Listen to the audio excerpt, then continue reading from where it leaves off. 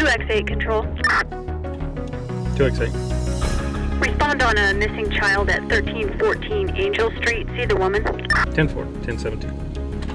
1702. Hi, I'm the one who called. Okay, you have a child missing. My son is missing. Okay. He's autistic. He can't Okay. speak very well, and I'm just worried sick about him. Okay, what's your son's name? His name is Steven. And how long has he been missing for? He's been missing for about a half an hour. Okay, I've looked everywhere. I can't find him. all right. You've searched your own house. I have, and I've run up and down the street. I just don't know where he is. Okay, I've got some other officers coming. We're going to start circulating the area and see if we can't find him. Have you checked with his friends? He doesn't have any He friends. doesn't have any friends? No. Are you Heidi? Yes. Officer Moss, the police department. Did you call us? Hi, yes, I did. There's a young man back here that wandered back here. I don't know who he is, and I asked him his name, and he won't answer me, so I'm worried about him.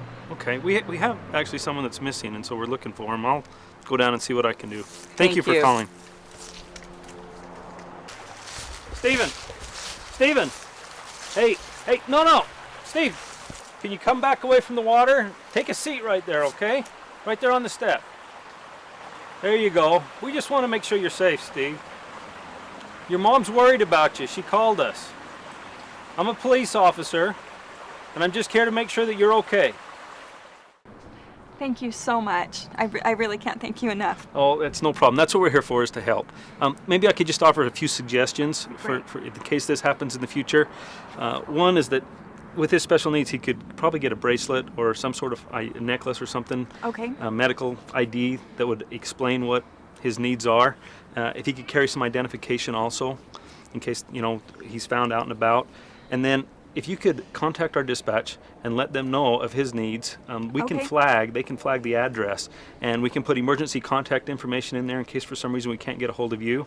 And then just let your friends and neighbors know what's going on so that they can help out also with this. Oh, great ideas. Thank you very much. You bet. Good luck. At some point, most of us have or will be called to a situation that involves a person with autism. Autism is one of the fastest growing developmental disabilities in our country. Our ability to recognize and understand autism may provide a safer resolution to a call for service. Autism is a neurologic disorder, a developmental disorder, that affects an individual's ability to communicate effectively, to interact and socialize appropriately, and they also have repetitive behaviors, obsessions, perseverations. Recognizing characteristics of autism can be difficult. Generally, there are no distinguishing features. What you can look for are certain cues and gestures. Watch for the person's body to rock or flapping motion. Avoidance of eye contact is another indicator. Some people with autism will repeat what you say. This is called echolalia. What's your name? Name. Do you know where you live? Where you live. Where you live. Do you have a phone number? Have phone number. Have phone number. Many people with autism may have limited or no verbal skills. Hi, young man. How are you? Are you okay? Are you lost? Hey, do you have a bracelet here? Do not interpret the person's failure to respond to orders or questions as a lack of cooperation or a reason for increased force. When you arrive at a call for service and suspect the person may have autism, be patient and give them space.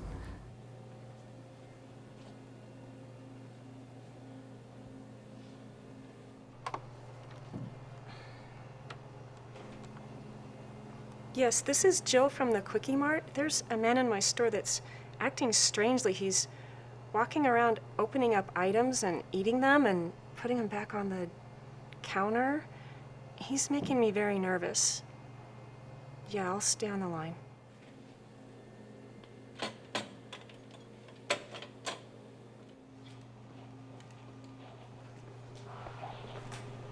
Hi, officer. That man over there, he keeps opening up packages and eating food and then putting it back on the counter. He hasn't paid for anything. Okay, we'll talk to him. Hey, you can't eat that. Put the chips down, sir. Put everything in your hands down on the ground. Drop everything. But these are my chips! Drop them down! Put them down. These are my chips! Drop down. Put the chips down. Put them down. My chips. They're my chips. Hey, Nick. My chips. I think you might be autistic. If a person exhibits cues or gestures of autism, it is possible that they may be unable to comply with your commands until communication is established. If safe to do so, slow things down. Be prepared to utilize needed force, but attempt to communicate further before escalating. Okay, Freddie, do you live around here? Yes, I live over down that way, down that street. Do you know what the address is? It's 3. I don't know. Be patient and give them space. Maintain a calm demeanor and voice. Reassure the person that you are there to help and keep them safe. Use simple sentences. Ask questions one at a time. Give plenty of time for the person to process the information or question and respond. Avoid any quick movements and loud noises. In fact, minimizing any form of sensory overload will be in everyone's best interest. Please keep in mind that they may not recognize the uniform and your authority. Once the situation is controlled, then a disposition could be decided, whether that be a citation would be issued, the person transported to another location, or the person being released. However, remember that as in all situations, officer safety is paramount. Lost at jail 12. Go ahead. We have an individual, it's a possible domestic violence situation on River Road, 2400 North. Will be 10-60-477 November Kilo Lima. Copy. What's going on? Look, my kid is autistic, and Okay. sometimes he has these little meltdowns, and I can't control him. He just starts hitting things. He pulls on my hair. He grabs me by the shirt, and he Okay. shakes me like this. All And right. I don't know what to do with him. Okay. And then you Well, pull we're me here to help. over, and he's just more upset than anything. And I don't know what to do with him. You know, this Okay. doesn't happen all the time, but when it does, What's his what name? am I supposed to do? His name is Austin. His name's Austin. His name is Austin. He's 14. Okay. And Austin, get back in the car. Most people with autism have no fear of danger and can become upset and aggressive. In the event that you do need to go hands-on, be aware that the upper trunk muscles of a person with autism may be underdeveloped. Austin, we're here to help you. Come on. Once the person's actions are controlled, position them so their breathing is least restricted. So he's safe. It's okay, Austin. Can you get up on If there are bystanders, ask if anyone knows the person or the person's family. Look for a medic alert bracelet, necklace, or ID tag. Be sure to note autism in your initial report. A parent of a child with autism has an uphill battle at being able to manage their child's needs and keeping that connection. And I'm so amazed day after day as I work with parents and how loving and dedicated they are to their child, and they are just the #1 advocate for their child, even though they go through so much every day because of their child. According to the Centers for Disease Control, autism affects as many as 1 in every 150 children in the United States. Therefore, it is estimated that 1.5 million Americans may be affected with autism. Also, government statistics suggest the rate of autism is rising 10 to 17% annually. Some of your fellow officers are parents of children with autism. When he was younger, we could kind of tell something was up with him. We weren't sure what it was, and then when he was in 2nd grade, we had the doctors tested him, and he was diagnosed with autism. With a lot of disabilities, you can see it. You can see it off the get-go, or they're, like if they're blind or deaf or something like that, there's some definite impairment. And with autistic children, every child varies on the degree of autism, and it's not apparent at all. And so you'd have to actually get to know the person, even if it's just for a few minutes, before you kind of knew what you were dealing with. Travis is quite repetitive in some of the things that he does. With some of his autistic behaviors, does the same thing over and over. Plus, he can be a little aggressive. So, come here, please. Come here, please. I'm a teacher Rowan.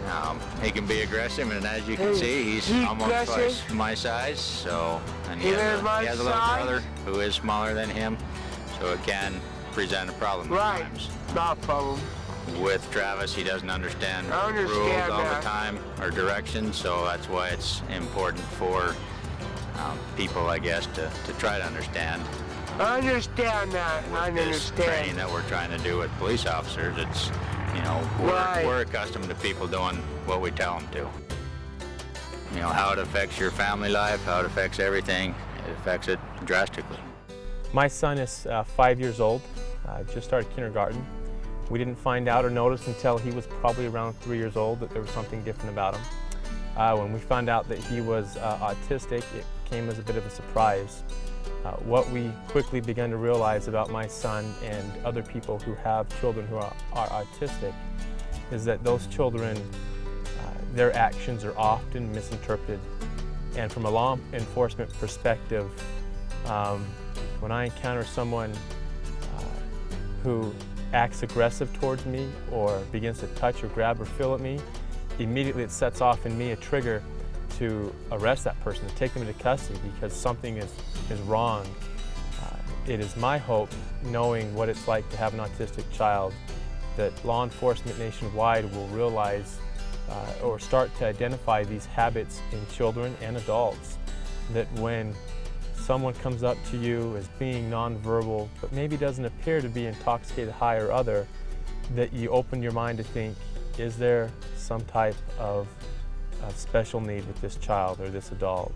Is that why they're touching at my hair or poking at my shirt? I know from a situation that I had as a deputy where we had to take an autistic gentleman into custody who was at the age of 19, that none of us had encountered this situation before. And had I known what I know now about autistic children, we would have dealt with that differently. Not that we dealt with it wrong, but differently. But being the parent of an autistic child, knowing the great love that children with autism have, and that's what you'll find with autistic children, is that they're more full of love and life than most people you'll ever meet, and to treat them kindly.